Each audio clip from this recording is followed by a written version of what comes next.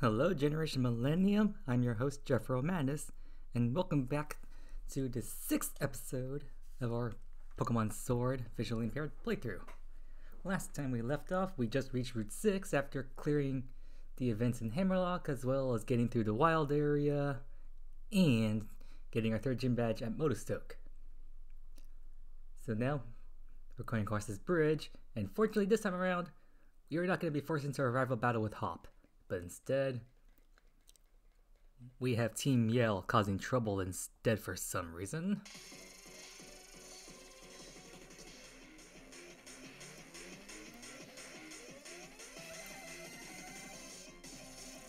And I believe that the 5th gym leader is also here.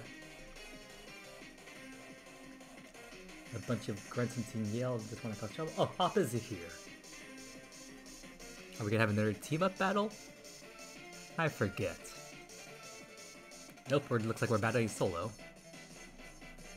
And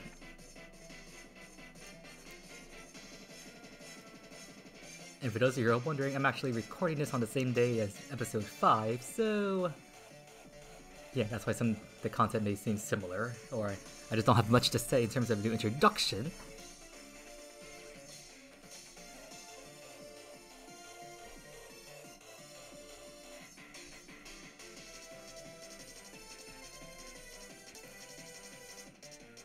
But the fact that I'm already on episode 5, and I'm on my way to the 4th gym badge, yeah, this story can go by really fast. Although here on Route 6 is rather interesting because, well, it's full of climbing areas. It's like you're climbing up a cliff to reach the next city. Now there's this area particularly which I think some people discovered one of the more bigger issues with Sword and Shield because, well, I mean, there will always find people out there who find things to nitpick about. And one of the things to nitpick are just the ladders in general, which you're gonna find out soon enough once I get there.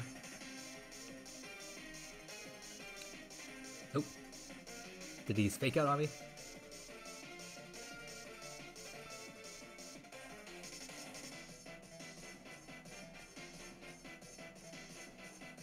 Not sure I mentioned this before, but Team Yell, and if you notice with Marnie in particular, because they're her fanboys, they all use Dark-type Pokemon. Which I suppose is a little refreshing considering most evil organizations like to use poison types.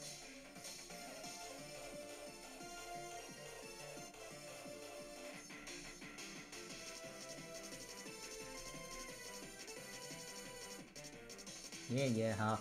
Move on.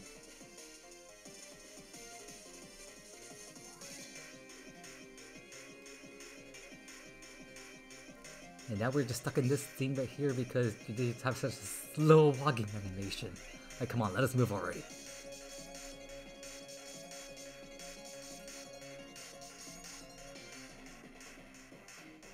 Oh yeah, that's the name of the 5th gym leader, Opal. Ugh, come on, why can't you just let us move? So yes, it's not just the Pokemon that follow you around in the Isle of Armor Crown Tundra with slow walking animations. So do some of the players well, not players, but the NPCs animations of walking also like this. I mean, Opal's old, so I suppose you can use that as an excuse, but at the same time, like, that shouldn't be an excuse.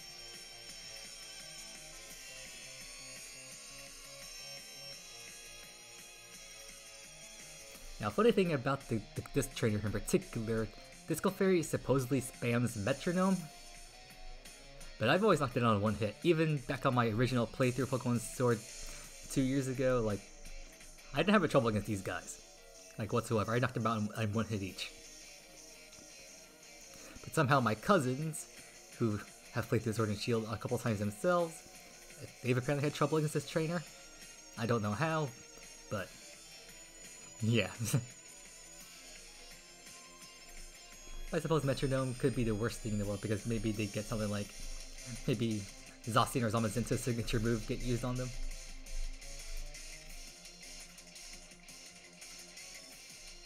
Just gonna be through all those random encounters. And then we have this random battle against two trainers. Excuse me. If you recall a battle that I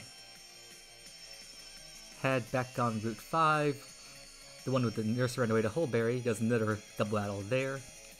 In my opinion, I'd say this is like maybe somewhat of a continuation of that battle.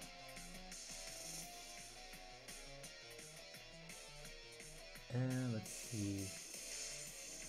Why not?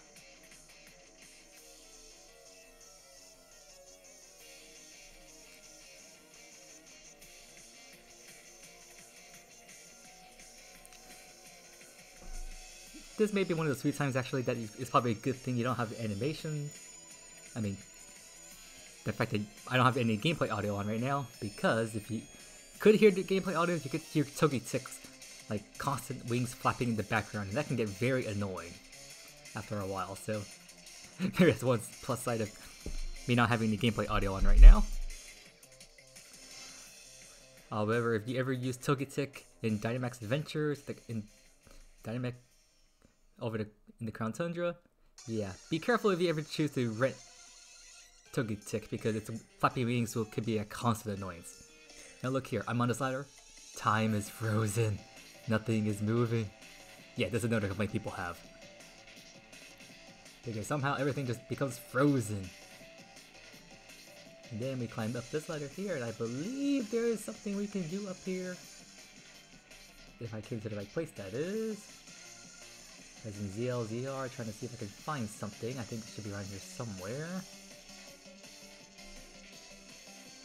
Yes, there is! Fossilized Dino. So you receive 2 of them here, and you can receive 2 fossilized birds once you get to the next city in the Pokemon Center. However, since I already dug up one of those, I can actually just show off something. Oh yeah, this Pokemon camp here. You've probably seen a few of these Pokemon camps scattered all over the region or their other routes and places by now. These are just static NPCs that are just set up by the game here. These are not actual players. However, if you come here to Route 6 and go into this Pokemon camp run by Cam, this is actually the best place to cook curry, because there'll be 4 NPCs here. And with 4 players, the chance of you being able to cook up the best curry Charizard class is drastically increased. So fun fact, if you want to cook curry by yourself and you don't connect with other players online or anything like that. But then we meet up with this NPC here. I believe her name is Careless. And this is where we can take the fossils we have. So we got the fossilized dino and fossilized bird. Mix them together. And I think we should get, I think it's Arctozolt.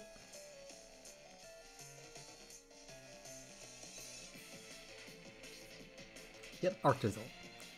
So there are a total of 4 fossils you can get throughout the course of the game. Fossilized bird, fossilized dino, fossilized fish, and fossilized drake. Fossilized fish and drake makes Dracovish. Bird and... I think it's bird and fish. Those 2 make Arctovish. And then bird and dino, as you saw, makes Arctozolt. And then Dracozolt, I believe, requires Drake and bird? I could be wrong there. Like I said, I'm doing this off of memory, so I could be completely wrong there. Anyways, go back down this ladder. Let's see if I can avoid this. Nah, I'll try to see if I can avoid a trainer, but instead I ran to a wild Pokemon. Doug Trio. Let's see if it has Arena Trap as its ability. No, it does not. Good, we can run. Yeah, if Pokemon has the ability either Arena Trap or Shadow Tag, your Pokemon cannot escape from battle. Although Arena Trap only prevents Pokemon on the ground from running. So if you bring out a flying type or a Pokemon with the ability Levitate, Arena Trap doesn't work on them. which is why when it comes to competitive battling, most people just prefer to stick with Shadow Tech since it works on everything. However, there are ways you could escape from those things. If you're playing in-game against wild Pokemon, then you can use the item Smoke Ball to always flee from those battles. But if you're doing like competitive VGC battles, then moves like Volt Switch and U-Turn can help you get out of Shadow Tag scenarios. Like Mega Gengar is one of the more popular Pokemon to use with Shadow Tag. Alongside Gothitelle, both of those have Shadow Tag as their abilities. Although it has to be Mega Gengar, mind you. But since Mega Gengar is not available in Gen 8, if anyone wants to do any Shadow Tag shenanigans, then they will have to use Gothitelle.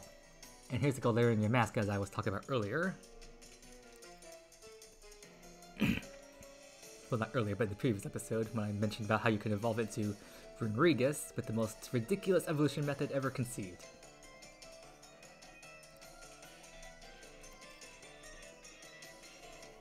Quite a few trainers you can fight around here, and getting through Route 6 is pretty straightforward and simple. I mean, there are a couple of branching paths you can go on if you want to search for other items, but I'm not going to show that on camera. I'm playing this as a playthrough, not a TM guy.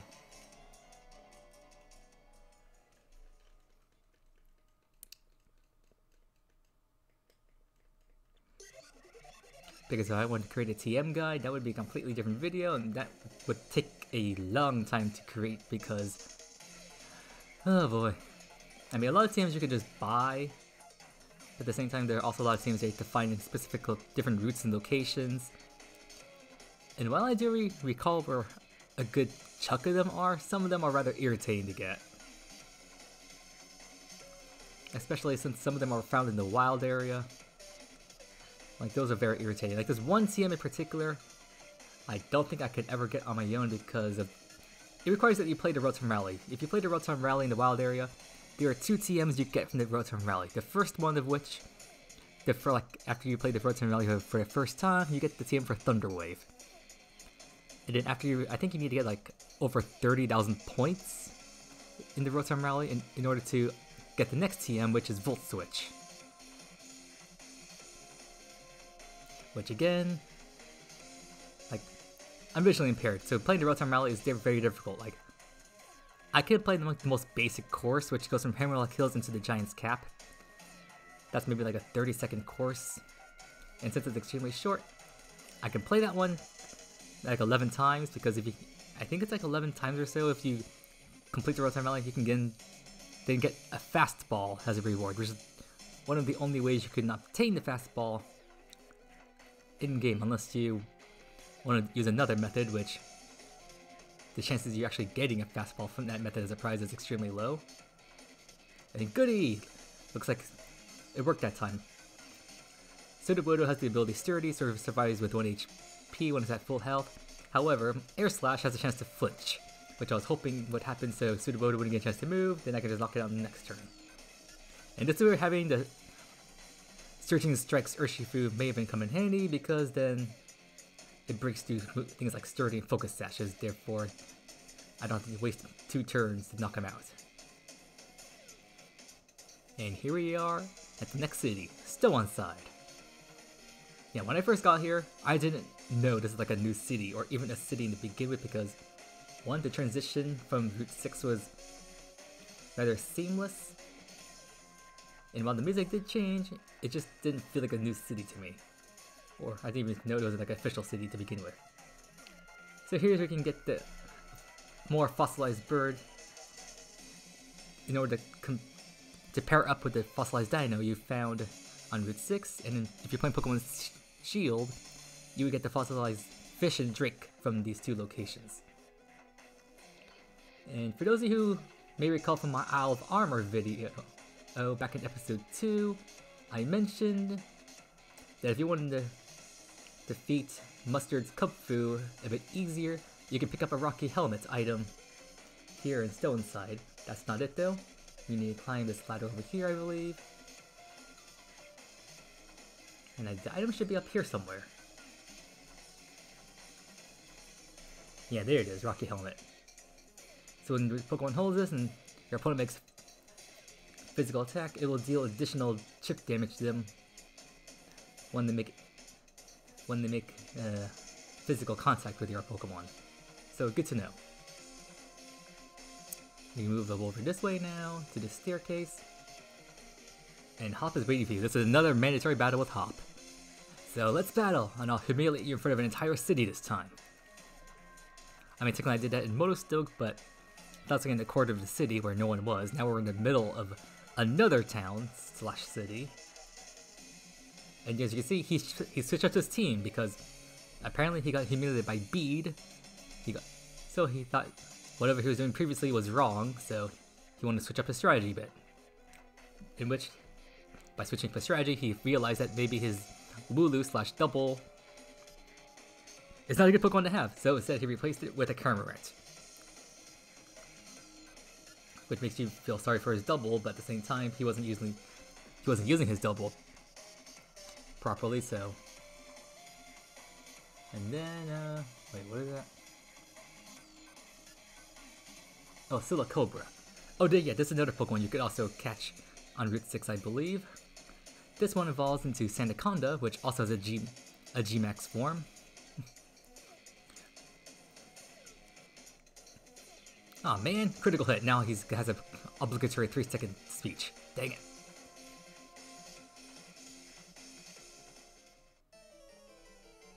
And then he sends out Toxel. This one evolves into Toxtricity.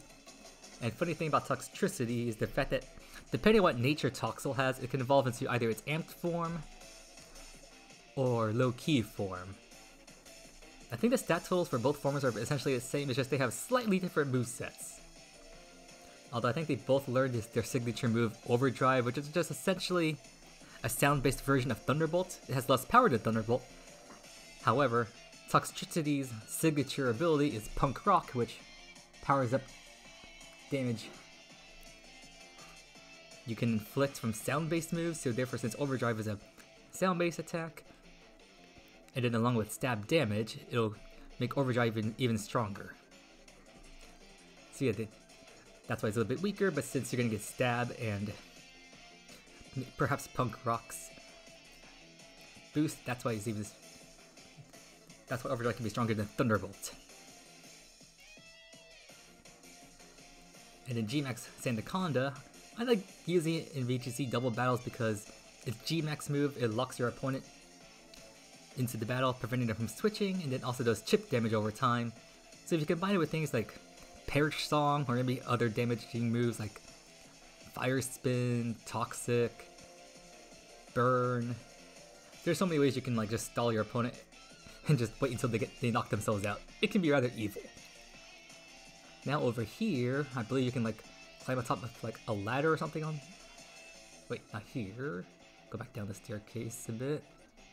Like you can climb up on top of some rooftops over here, I think.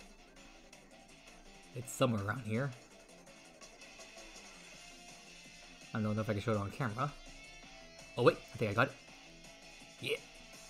So there should be a Pokeball around here somewhere.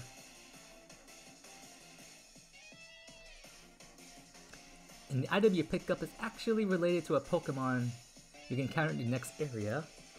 There we go, a Crackpot. And then you just hop down these ledges here. And one of the more important things about Stone Slide is the fact you can find this antique dealer over here, I think. He's around here somewhere.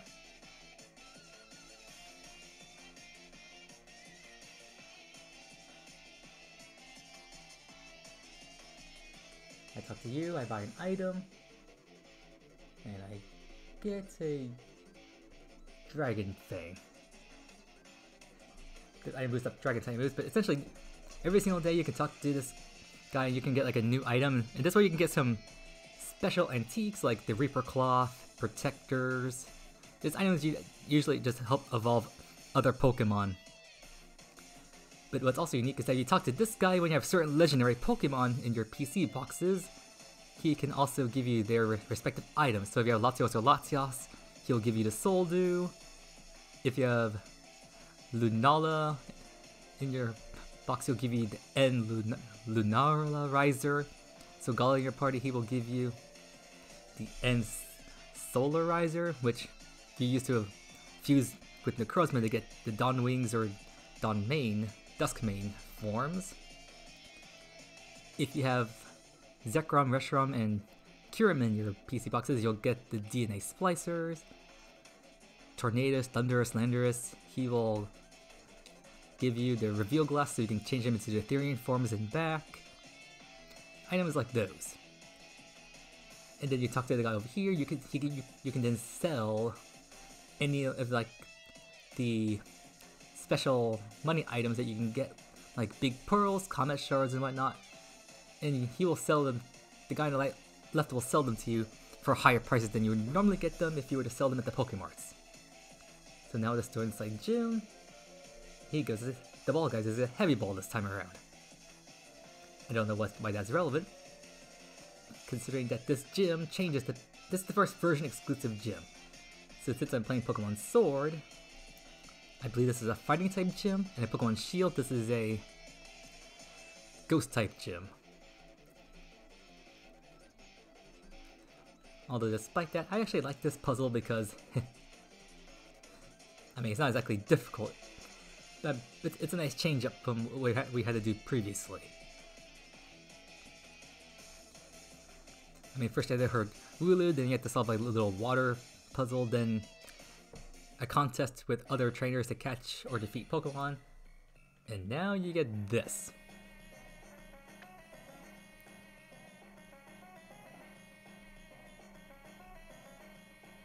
Which we now have to spin our way out of trouble, I guess you could call it.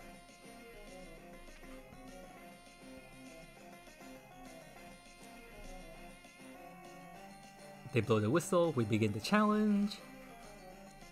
Spin that top! So essentially you just have to spin the left analog stick on your Joy-Con or your Pro Controller, whatever you're using. Just navigate your way around. Just be sure you're spinning the right direction so you're moving in the right direction.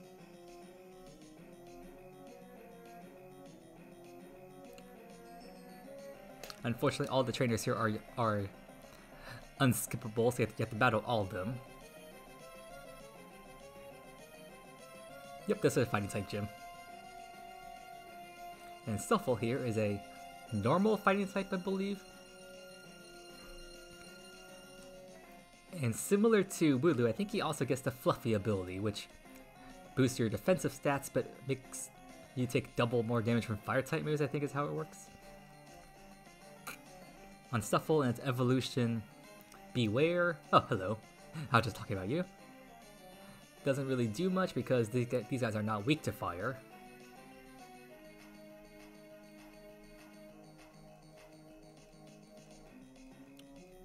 I still find Beware to be funny when he's in anime. Like, when Team Rocket goes to the Unova, or not the Unova, the Alola region, like, whenever Team Rocket is about to blast off, Beware shows up instead and just, like, takes them away. Ah, no! Dang it! I wanted to... Oh, good. Yeah, I want to go this way. And then you gotta spin all the way to the left. There we go.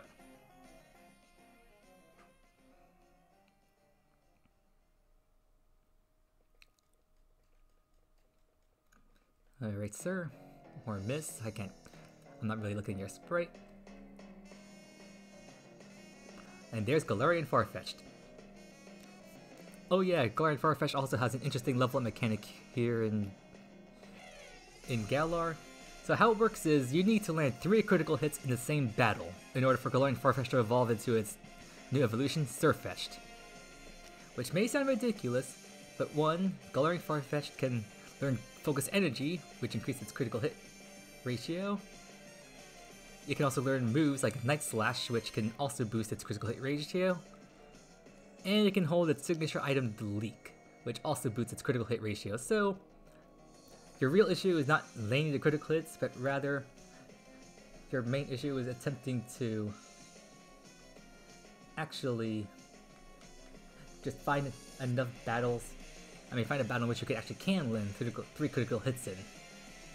So if you're playing like in the post game, my best recommendation is to like go to the wild area in the rolling fields, in like normal weather or something close to it, so you can find something maybe like a wild Metapod, which only know Harden, so then you can use your Farfetch'd on it, so then it can land 3 critical hits in one battle, so you can then switch it out for another Pokemon, defeat the Metapod, because I think you actually have to win the battle, you can't just run from it.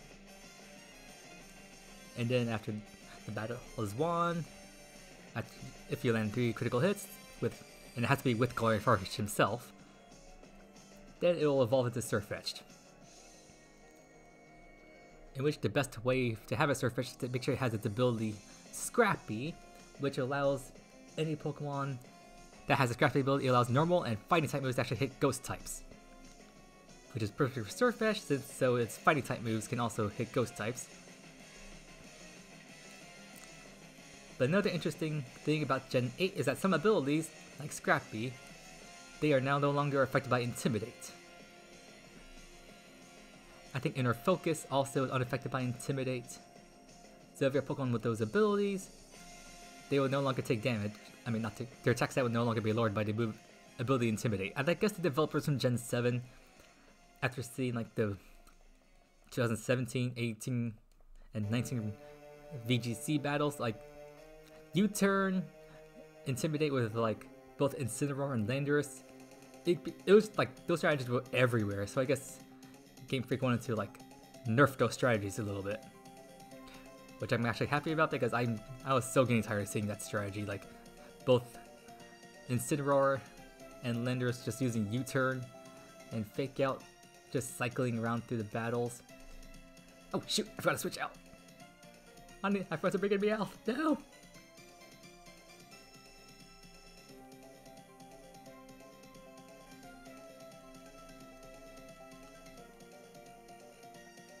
How many Pokemon do you have?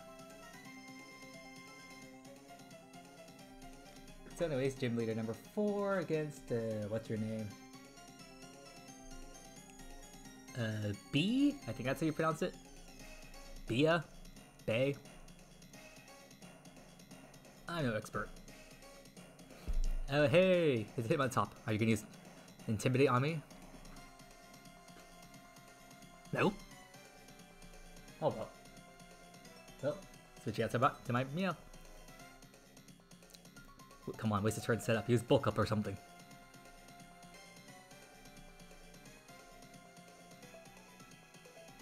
I got my game for a second there. Ow. So Revenge is a very interesting move. It always makes the Pokemon go last, and it deals more damage depending on how much damage you took that turn from your opponent's attack. So it's like another version of Counter. Or like I said, like a worse version of Counter. Wait, is that Revenge or Reversal? Yeah, that's weird. Reversal, it's like a fighting type version of Flail. It does more damage the less HP the opponent has.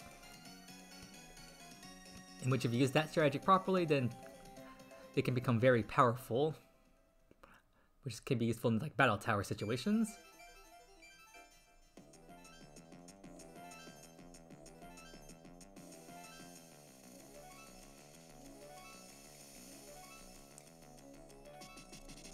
And this Pokemon has Mold Breaker. That ability is actually an interesting one because, like, let's say you were using a Pokemon like Extra Drill, which has Mold Breaker, and you're going up against like a Lunatone.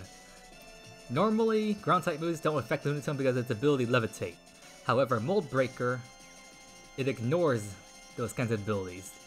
Therefore, Excadrill could use Earthquake against Lunatone because its ability negates it, pretty much. Oh yeah, 4 Pokemon. Okay, so I could have just stayed with Inteleon from the beginning. Oh well.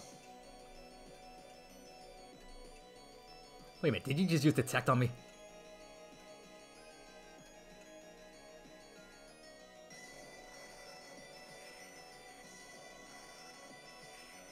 Yes, you did. But you still get knocked out. So the thing is, if you even use a defensive move like Protect or Detect, and the Pokemon is using it like a Dynamax move or a G-Max attack, it'll deal less damage than it's supposed to. I mean, the attack will still break through the Protect or Detect, it just won't do as much damage as it was originally supposed to. Z-moves worked in a similar way back in Gen 7, so it's pretty nice that they kept that feature here.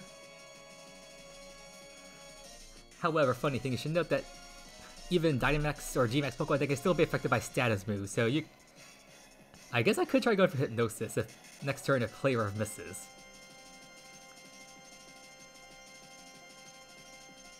And there's a G-Max Machamp, I believe.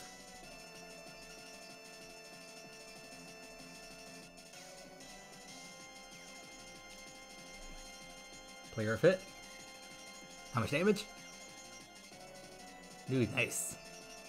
One hit KO. Meowth wins again. Your forearms mean nothing to me.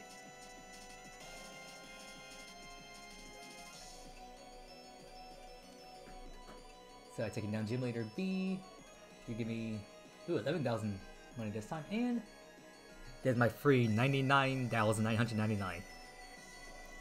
Which I guess, because of the initial money you earned just from defeating the gym chair, I guess you could just say you technically earned 100,000.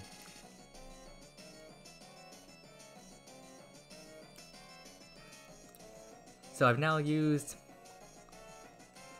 G-Max Meowth to win 2 gym battles. That means I've earned $200,000 yen. Oh, you give me the Revenge TM. I guess that's why Hitmontop used it. Revenge is your signature move. Although honestly, I think Reversal is way better.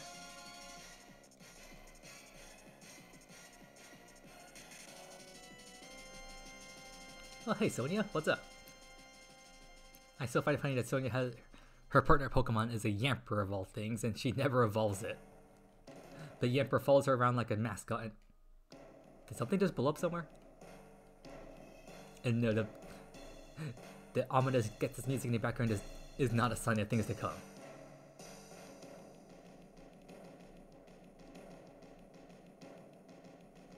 Although honestly, like, normally the climax of the story you battle against like the leader of whatever evil organization you have. There's no real such battle in this game. I mean, there is technically like a battle against like a evil team leader of sorts, but it's nothing epic in comparison to like the past games. Like you had battles against Giovanni in the Kanto games, you had the Team Rocket admins in the Johto games, you had Maxi or Archie in the Hoenn games, Cyrus and his commanders in Sinnoh games. You have battle against N and Gexus in his, I think you battled the Shadow Triad in the Unova games. In Kalos you had those nameless admins and Lysander in Kalos. Even Team Skull had like what's her name, like Prismina, that the poison type chick that you face off against in the Alola region, and also Guzma, the leader of Team Skull. At least those guys, like, you had like final confrontation battles against them. Galar doesn't even really have that.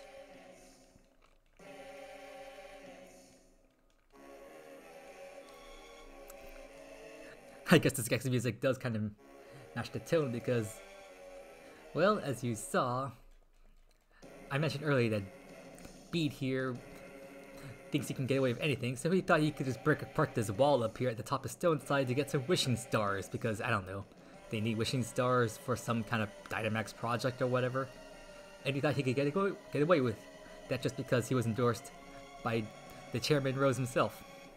Like I said, just because he thinks he was sponsored, endorsed by the man who runs the Pokemon League, he thinks he's big stuff and that gives him the right to do anything he likes. Well, his world's about to come crashing down soon because 1, we're taking him down this battle, which what's going to prove is he's not hot stuff. And 2, he's about to find out that his supposed ideology means nothing because his world idol is about to come crashing down on him. And now he's lamenting about the fact we beat him into paste again. And here's Oleana and Chairman Rose. And now they're going to tell Bede how disappointed they are in him and that, well, they're going to officially eject him from the gym challenge. Yep, many regrets to you, Bede, but you get what you deserve. This proves to you kids that just because someone of a high ranking likes you does not mean they will always favor you. You need to stay on the right path, otherwise you'll just get destroyed by your own arrogance, cockiness, ego, etc. However, something good does come from this. Apparently Bede destroying that wall has caused enough collateral damage that it cracks away even further to reveal more drawings? And now Sony's like comparing it onto pictures on her phone. I just like that smile of realization that she has right there. There's even like a ding, like a light bulb sound going off in her head kind of thing.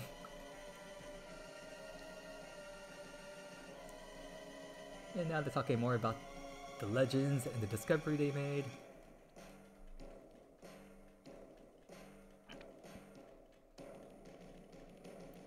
Kind of interesting that they're playing the music of for the slumbering wheel at this point. For some reason they're playing that music here. Thanks for the free revives again that I don't think I'll ever need. So now I'm actually going to do something very funny.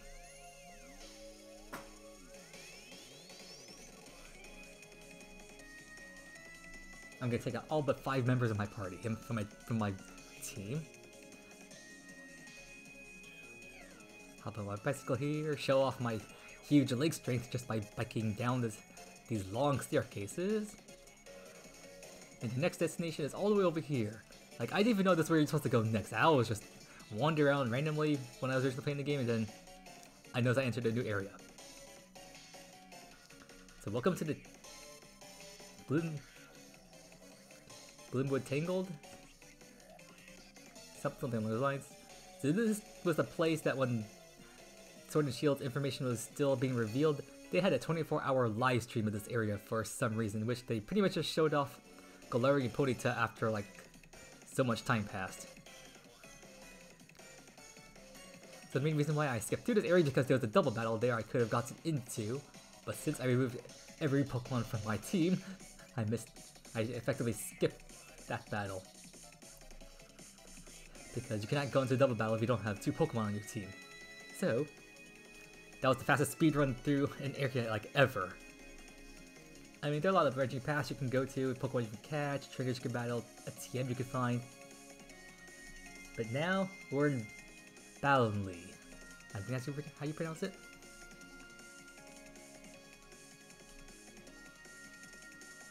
Which is a pretty nice area. I think you can enter this house, talk to an NPC over here.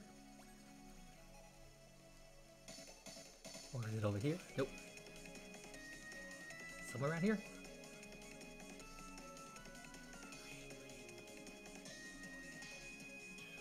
Might be the wrong house.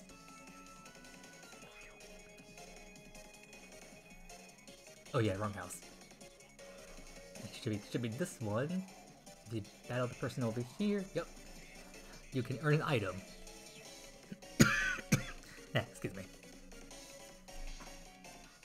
And yeah, I'm making good time on this.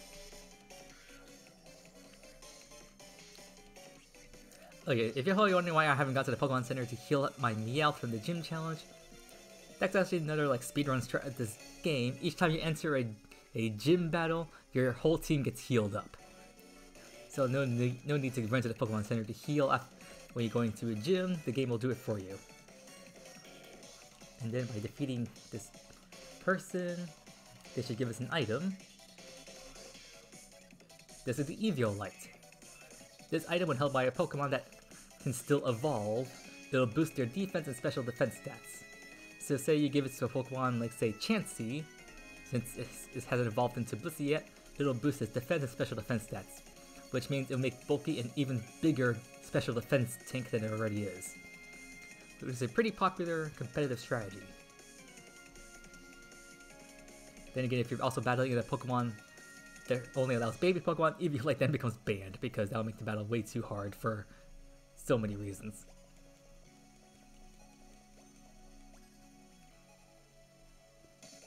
Anyways, I skipped the beginning with Tangled, but that's also a location where you can catch Pokemon such as Sinistea, Phantom. You can find Galarian Ponyta there if you're playing through Shield, that's a version exclusive. The ball guy who gives us a Love Ball.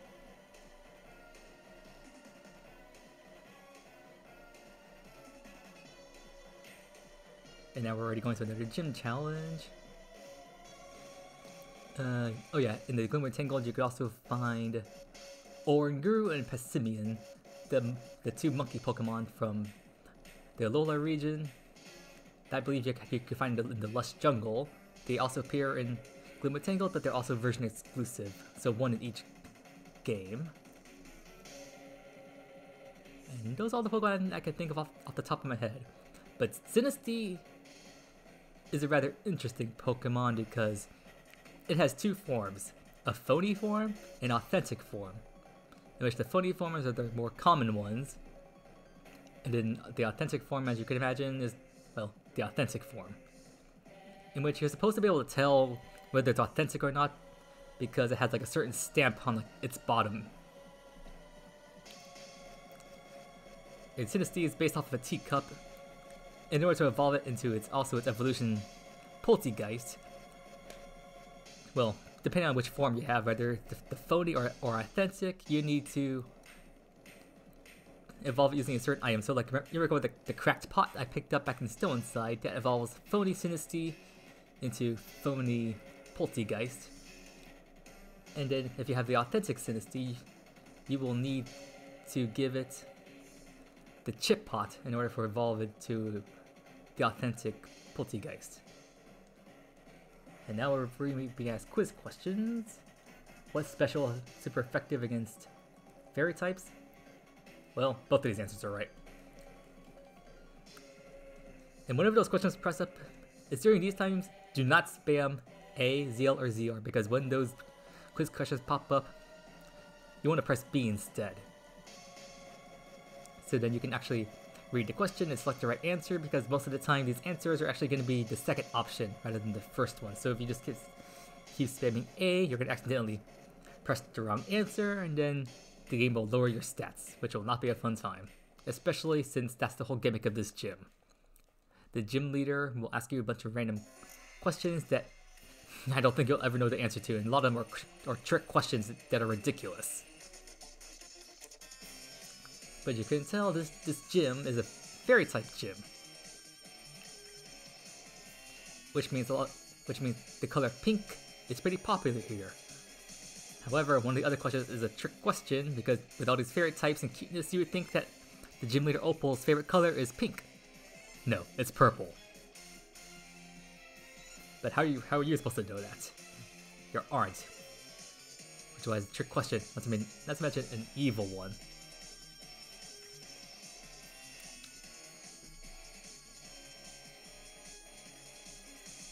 And that's what happens when you press the A button. Your stats get lowered because I was not paying attention.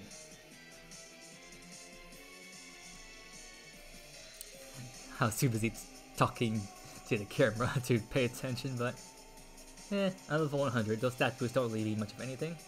And oh hey, Gallade's now level 30 something. I missed that number. So I think you're supposed to defeat 3 gym trainers before you can go off and face off against Olya. I mean, not face off against Opal. This should be the last one.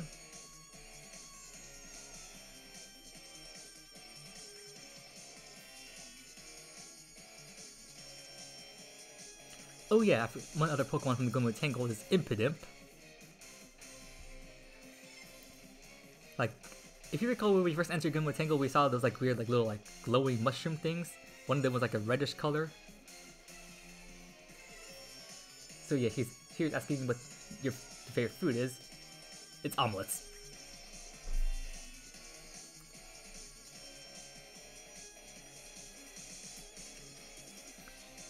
Although I don't know why you would want who would want curry for like breakfast or as a favorite food. I mean, I guess it to each their own. But I was saying you can catch Impidimp when you're in the Glimwood Tangled, which evolves into more Grim in this final evolution Grimmsnarl, who also has a G-Max form. In which using G-Max Grimmsnarl is the first ever Dark Fairy type combination, which was pretty cool when it debuted. It also has access to, I think, 2 signature attacks actually, one Dark, one Fairy, which is pretty interesting. But then again, when it's used in competitive battle, it usually has access to its Prankster ability. So I think a lot of people use Grimmsnarl just to set up Light Screen and Reflect. I think you can also learn Fake Out, so you can use that to fake out the opponents. So we actually have to talk to them to like tell them that like we're done with the gym challenge, and now we can actually enter the stadium. So yeah, you can see how quickly we're moving between these 2 gyms here. I think once we finish up here, we can actually maybe complete enough of the game to get to hopefully the next city before I have to end off on this episode.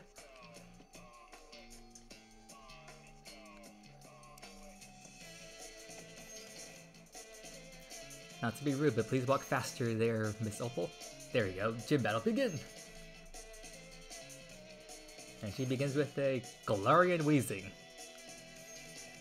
Does this thing have neutralizing gas?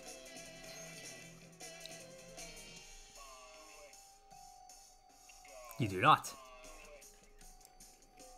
What level are you anyway?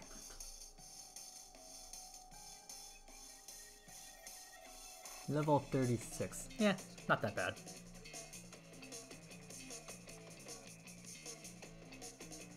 Gotta send down Mawile. And even though you have Intimidate, I'm still sending out Meow. Because I'm curious about something.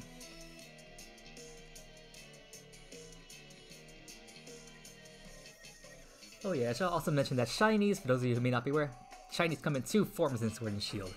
The one you just saw, the Shiny Sparkles, that's known as a Square Shiny. And then there's one called the Star Shiny. Oh, is Opal asking a question?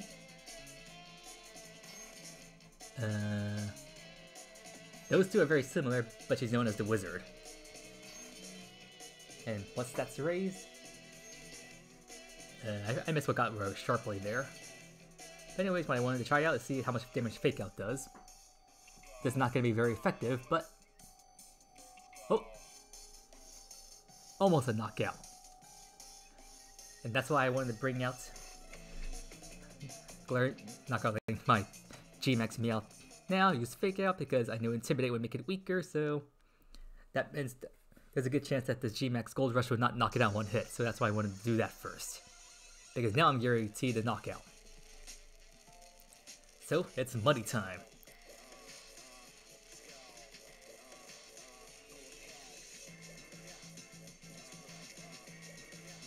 I still say that sounds like a max overgrow before the attack actually hits. Goodbye to you.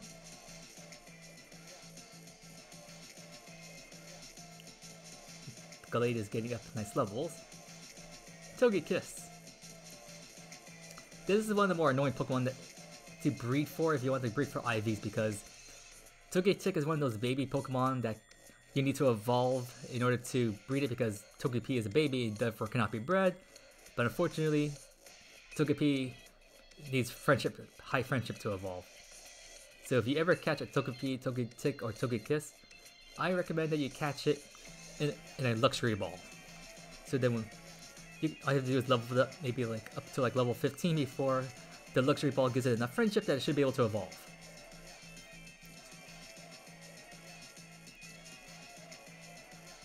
And Opal's ace Pokemon. Ah shoot, I missed that.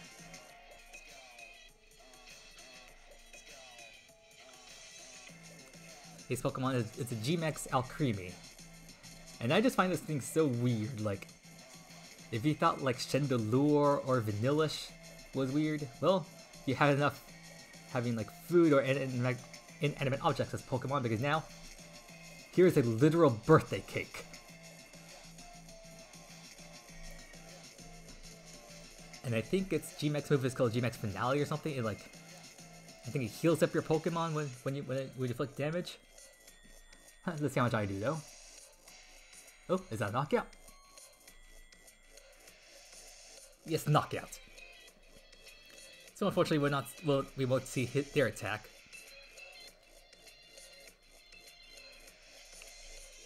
So yep, that's 2 gyms down. This is badge number 5. This playthrough is going around rather nicely.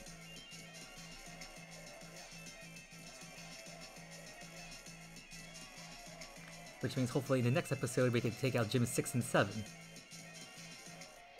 Which shouldn't be too difficult, those gyms are pretty much right next to each other. And we've effectively reached, like, I guess the roadblock at this point in the game, because after Battle League there's nowhere else to go, so once we finish this gym... Yep, our catch level limit now goes to level 45. You give us the team for Draining Kiss. Which is a fun fact, I did not know that Pikachu could learn Draining Kiss. So yeah, if you want to give Pikachu a fairy type move, there you go. In which you can also heal HP and damage from it. I mean, Draining Kiss, a lot of these TMs are pretty weak in terms of their base power. Like, I think they're around like level, maybe like 60 base power at best. But a lot of them just aren't really meant for doing tons of damage. If you want the high damage output moves, that's where you have to collect the TRs instead. So now Opal's going to take us all the way back to Hammerlock. Because like I said, after Battle League there's nowhere else to go, because that's as far left or west you can go from Hammerlock. So now our main goal is to head to the east side of the city. But before I do that... Like, funny enough, Hammerlock actually has 3 Pokemon centers. One on the left, center, and right. And all 3 of them have guys on the right side of the counter you can buy things from. In this case, you can buy the TMs for Bullet Seed, Fire Spin, Brine, Thief, Sandstorm, I'm guessing this is all going to be the weather moves, Rain Dance, Hail, oh, Sunny DX, and then there's hair at the bottom. So yeah, Bolt Seed is a grass type move, hits multiple times, Fire Spin, fire type move, deals residual damage at the end of each turn. Brine is a water type move that deals more damage if the opponent has 50% or less HP. Thief, it literally steals held items from wild Pokemon, which can come in handy if your Pokemon has the ability to Compound Eyes or Super Luck. It will increase the odds of the wild Pokemon holding an item, so therefore you can use Thief to detect said wild item. And there's a bunch of weather moves. So there's a rundown of the TMs there. If you go to the Central Pokemon Center, you can buy a bunch of special Pokeballs like Timer Balls and Dusk Balls from there. But as you saw earlier, no, I didn't mean it. I bought those particular TMs, I mean not TMs, Pokeballs when I was in the wild area, so I don't need to buy them here. But the special Pokeballs usually cost 1,000 yen a piece. And now I think we're gonna see Bede here. Yep, he's a little down in the dumps after being essentially abandoned by Chairman Rose. But have no fear, you're still gonna have a purpose in this story. Because someone else is gonna give you a new purpose.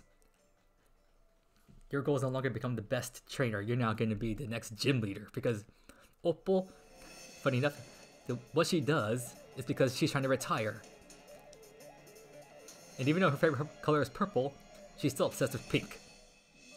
And because Bede here is dressed up in pink, she's now going to adopt him as essentially her apprentice and eventual future fairy-type gym leader. Which is actually rather interesting because Bede previously is a psychic-type trainer. However, because he's going to now become Opal's apprentice, he's going to now add a bunch of psychic and fairy types to his team, which we'll see later on in the story. So now we can now move over here to the east side of Hammerlock, which I have... Whoa, what was that explosion? Yeah, eventually, the characters will essentially tell you, yeah, the explosion happened, but we adults will take care of it. Move on with your gym challenge. Don't worry about it. I guess it's a way to build suspense, but at the same time it's like, hello? There was a freaking explosion? Can we, like, help you out at all with this? But Leon's like, no, don't worry about this. Just go on with your gym challenge. Forget you ever heard anything. I mean, I don't think that's exactly what they said, but that's essentially what they're doing.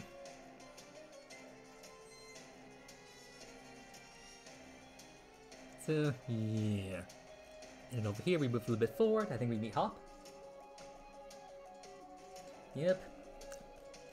I guess he's somewhat recovered from his experience with Bede, trampling over his hopes and dreams, and also us defeating him his toe inside. I mean, he's not quite back at 100% yet, but I think he's getting better. And here's the final Pokemon Center on the right side of the city. And we can go to the right county side, and we can buy more TMs. So we can buy Mega Punch, Mega Kick. Funny enough, these used to be like special like move tutor moves or egg moves. Like if you played Pokemon Fire Red, Leaf Green on the Game Boy Advance, these two attacks were special move tutor moves you could teach your Pokemon once you made your way outside Mount Moon and you're on the way to Cerulean City. Like they're like in a special like little square ledge area place. And another moves are usually exclusive to egg moves or just some Pokemon learn to level up, the Elemental Fang attacks. Which is kind of nice, I guess, to get them when you're like about halfway through the game like we are now. Weather Ball, considering we just bought all the moves to give us different weather effects, that's a nice move to have. And then we are now getting all the TMs for the different terrains. So something we can know about Weather Ball, I think it says so here, but its base power is 50. That's if you use it in normal weather. If you use Weather Ball when other weather effects are active on the battlefield, like say rain, it will turn into a water type move. Or if you use it in Sunny Day, it turns into a fire type move. If you're using it in hail, it turns into an ice type move. And if you're using Sandstorm, it turns into a rock type move, I believe. But this type that also does not. It's not the only thing that changes. Its base power actually also increases to 100. Which means if you use it with a Pokemon that also has Stab when using Weather Ball, it'll do even more damage. And now I'm at a conundrum. Hop, Senna, a Trevenant, Ice Beam, Air Slash, and Shadow Ball all do super effective damage to this thing. I want to avoid super effective hits, so 5 shot. This is Stab, but not super effective. Just don't land a crit, please. Do not land a crit. Good, no crit. No obligatory statement for you, pal. And he's now sending out a... I missed that. Oh, Bolton. I don't recall you having a Yamper. But yeah, Bede has changed... I mean, not Bede. Hop has changed up his team yet again. So I guess he's really trying out different combinations to see what works best for him.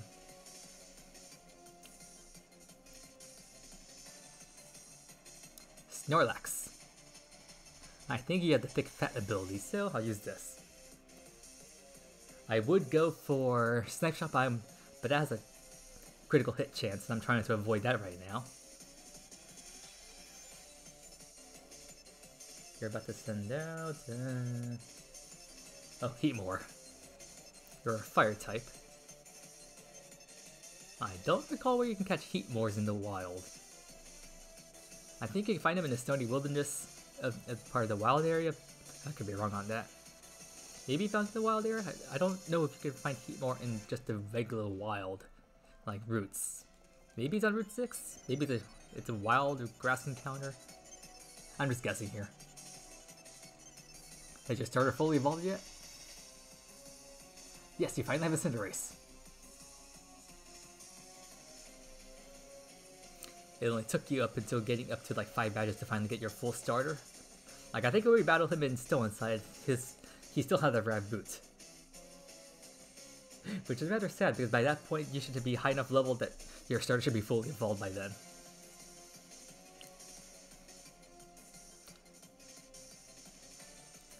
So yeah, sorry Hop, your new combination is still not working out properly. Maybe you should put double back in your team. Oh, you heal me. Thanks, I guess.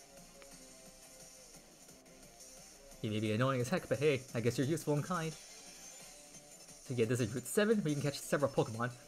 Morpeko can appear in this route, as well as several other Pokemon, like Berserker, the evolved form of Galarian Meowth, which you can find back on Route 4. And this I would have just ran into... Oh, Garvantula. This is one Pokemon that can get Compound Eyes ability.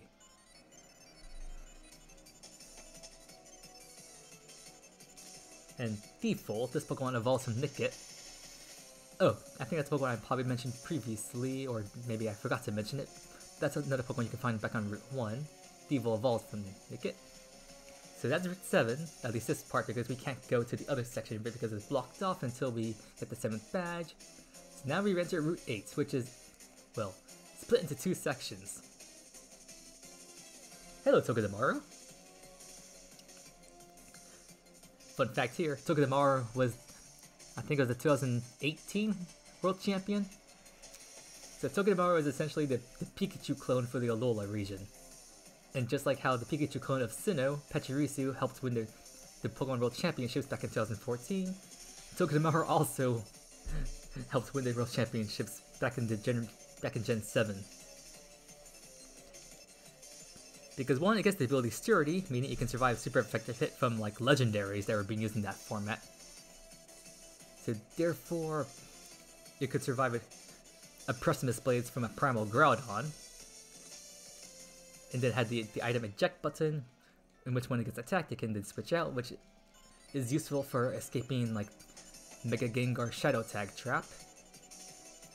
But also can learn Fake Out, as well as Encore. And for those of you who don't know, Encore is a move that forces your opponent to use the same move for the next 3 to 5 turns. So say your opponent used Protect on one turn. If your Togedemaru was faster than that Pokemon, on the following turn you could then use Encore to force your opponent to continuously use Protect. Which then usually forces them to switch out that Pokemon, since they're not going to want to keep using Protect over and over again.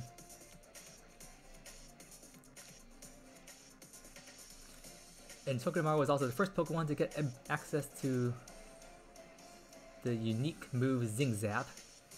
Although I think another Pokemon in Gen 8 could learn Zing Zap.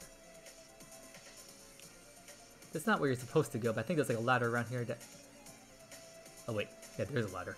But that's not the ladder I'm talking about. Should be another ladder over here, I believe. Should lead to another TM. It's a short way.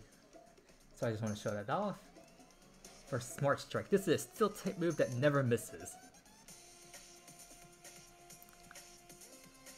But because of how that move works, and because it's never miss thing, not many Pokemon can learn it. But Necrozma could learn it, which is one of its moves that it uses back in Ultra Sun, Ultra Moon when you face off against Ultra Necrozma in that game.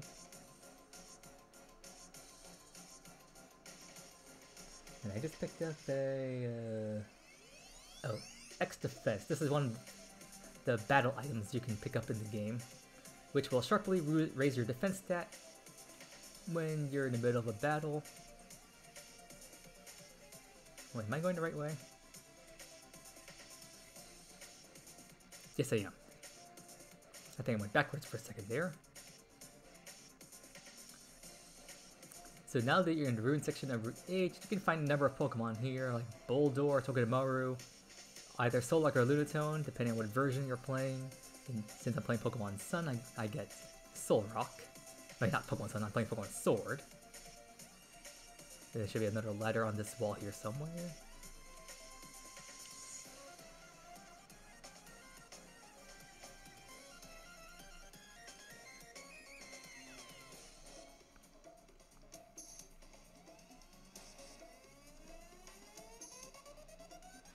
And also this section is where there's a lot of wild Pokemon.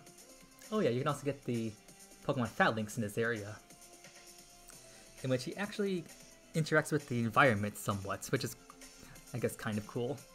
Because he literally will, like a centipede, keep crawling in and out of like different wall areas.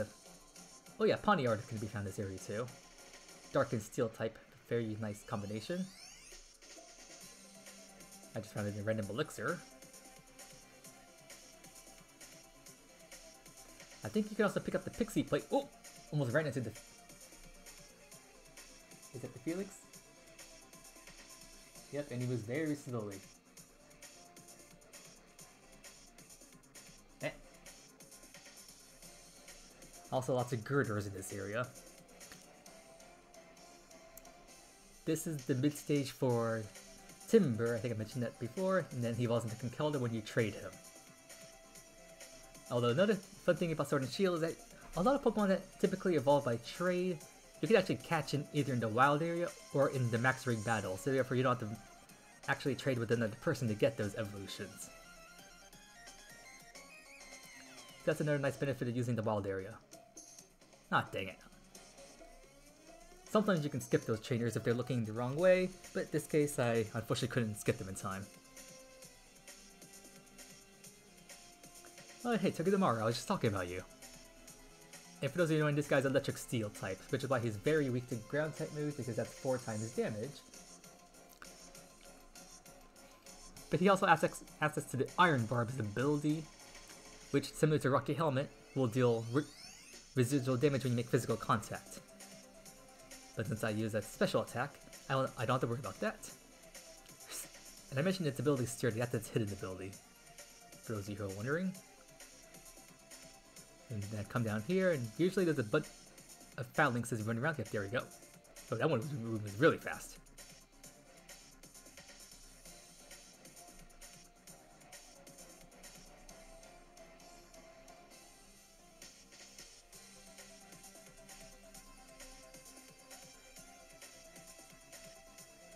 Try to make my way to this little island thing here. Because this way you can pick up a King's Rock, which is a held item you need if you want, Pokemon needs to be holding if you want to evolve Cantonian Slowpoke into Slow King when you trade it, or you can have a Poliwhirl hold it in order to have it evolve into Politoed when you trade it.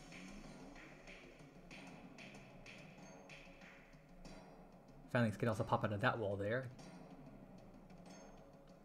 Now if you go over to the right here and you follow the path, you can find an item that's called the Terrain Extender? Something like that? Extension? Essentially it just allows you to it just extends the duration that the 4 different terrain moves last. And now we reach the icy portion of Route 8, which, as you suspect, you can find a bunch of ice-type Pokemon here, like Snorunt and Snom, I think maybe even Sneasel. You can find Vanillish.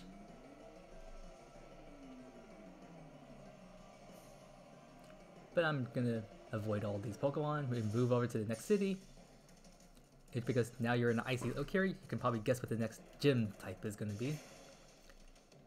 So welcome to Gym 6, or rather the place where the 6th gym is, Circhester. And looks like we're getting close to ending the episode, so I think I'll do the one thing I think we were all hoping for so long. So you might enter this hotel over here. You open up this elevator. And this music that's currently playing is not fitting what's about to happen.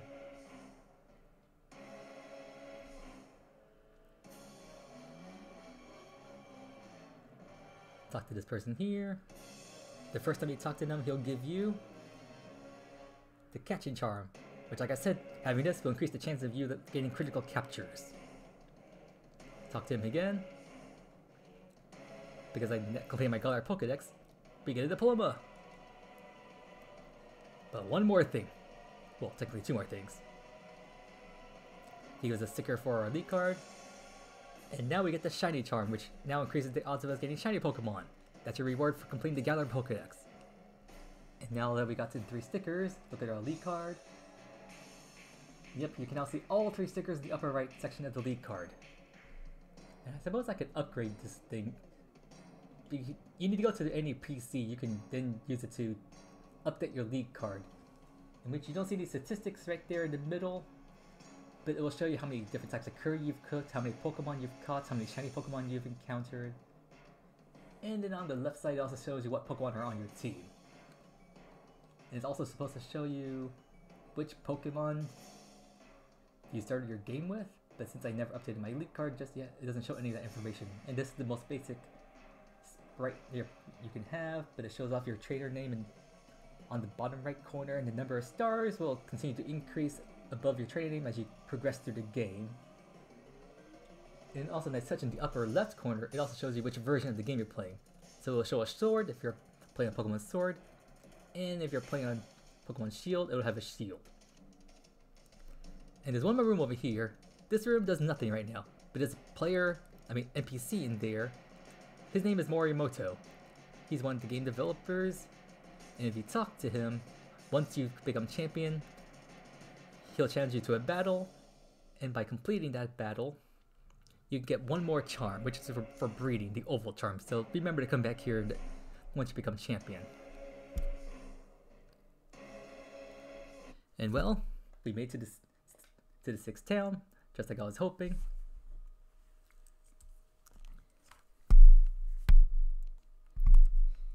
And so in the next episode, we'll take on the gym here, as well as hopefully taking on the other gyms and just finishing off the game.